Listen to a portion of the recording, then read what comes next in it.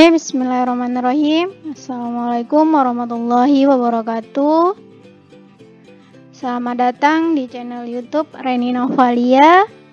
Tempatnya belajar kimia itu asik. So, buat teman-teman yang butuh referensi buat belajar kimia, khususnya tingkat SMA, sederajat, jangan lupa untuk subscribe channel YouTube ini dan tekan tombol loncengnya juga ya, supaya selalu update dengan video-video yang baru saya upload.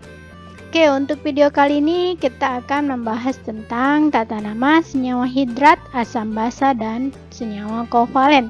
Video ini merupakan video lanjutan dari video sebelumnya, yaitu tentang tata nama senyawa ion biner dan poliatom. Jadi buat teman-teman yang belum nyimak video sebelumnya, silahkan disimak terlebih dahulu ya. Untuk teman-teman yang ingin menyimak, bisa klik notifikasi di atas ini ya. Oke. Tata nama senyawa hidrat, asam basa, dan kovalen. Simak terus sampai habis ya.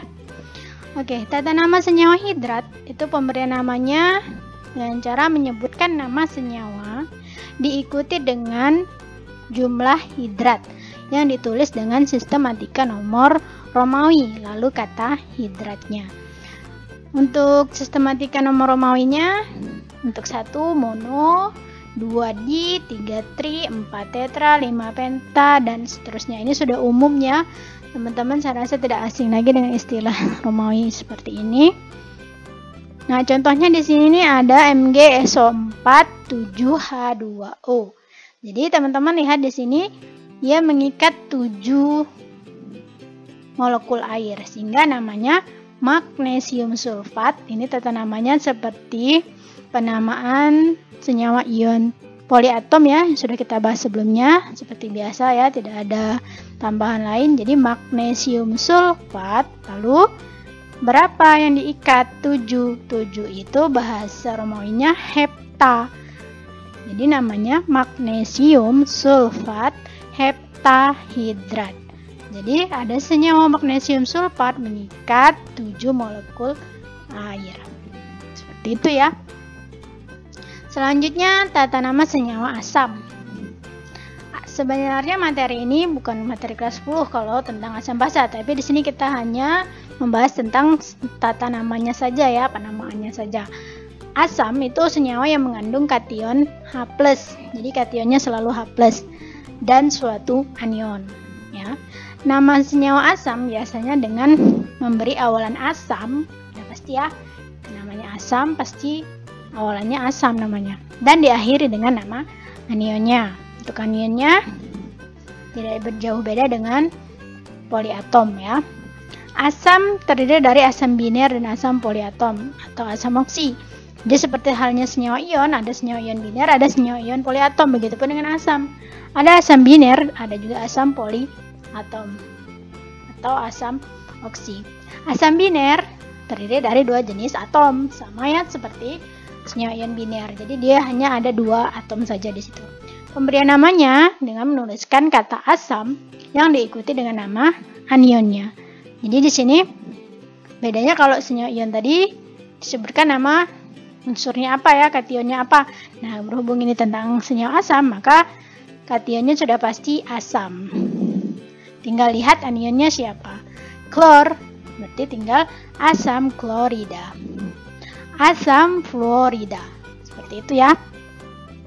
Lalu bagaimana asam oksi atau asam poliatom? Itu asam yang mengandung oksigen. Jadi dari judulnya saja sudah bisa ditebak ya, oksi berarti dia mengandung oksigen, asam yang mengandung oksigen. Pemberian namanya yaitu dengan menuliskan kata asam di awal lalu diakhiri dengan nama ionnya atau anionnya. Jadi asam sulfat. Sama ya, tidak jauh berbeda dengan tata nama poliatom, membedakan hanya awalnya saja. Jadi awalnya sudah pasti asam. Asam fosfat. Jadi teman-teman perlu banget menghafal nama-nama anion ya, terutama anion poliatom, karena itu sangat bermanfaat dalam hal penamaan senyawa ion poliatom ataupun asam oksi di sini ya. Lalu selanjutnya tata nama senyawa basa.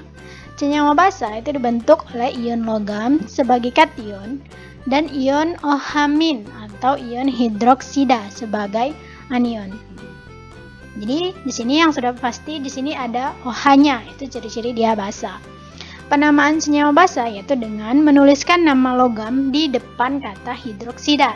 Jadi kalau yang asam tadi asam, lalu nama anionnya apa, kalau ini nama kationnya apa, diakhiri dengan kata hidroksida.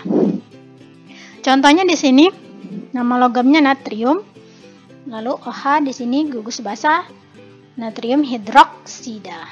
Jadi ciri-ciri basa itu ada kata hidroksida atau ion OH-. Lalu kalsium hidroksida, besi 3 hidroksida. Ingat ya, 3 di sini menunjukkan bahwa Fe di sini biloxnya plus 3. Lalu tembaga 2 hidroksida. Berarti tembaga dalam senyawa CuOH 2 kali memiliki bilox plus 2. Disimbolkan dengan 2 Romawi dalam kurung ini. Oke, selanjutnya tata nama senyawa kovalen. Senyawa kovalen biner dibentuk dari 2 unsur non-logam. Ingat ya, pada pembahasan tentang ikatan kovalen kita sudah bahas bahwa ikatan kovalen itu terbentuk dari 2 unsur non-logam. Sehingga tata namanya untuk yang umum kita dengar itu contohnya ada amoniak NH3, metana CH4, dan air H2O. Itu yang umum. Sedangkan penamaan menurut aturan tata nama senyawa kovalen itu tidak seperti itu. Nah, tata nama senyawa kovalen dengan menuliskan jumlah unsur pertamanya. Ini tata nama yang sesuai aturan ya. Nama unsurnya. Lalu jumlah unsur kedua, nama unsur kedua diikuti akhiran ida. Contoh, di sini ada N2O4. Nama unsur yang pertama nitrogen, jumlahnya 2di. Jadi menerangkan jumlahnya tetap pakai istilah Romawi tadi ya, mono, di, tri. Lalu unsur yang kedua ada oksigen. Karena di anion jadi oksida. Jumlahnya ada 4, yaitu bahasa Romawinya tetra. Sehingga nama molekul N2O4 adalah nitrogen tetraoksida. Seperti itu ya. Nah, pada senyawa kovalen yang jumlah unsur pertamanya 1, awalan mono tidak dicantumkan. Contohnya PCl5 diberi nama fosfor pentaklorida, bukan mono fosfor pentaklorida. Jadi untuk mono yang jumlahnya 1 itu umumnya tidak perlu dituliskan, cukup tuliskan saja nama logamnya apa, nama kationnya apa, lalu nama anionnya, jumlah anionnya, nama anionnya, lalu diakhiri dengan kata ida.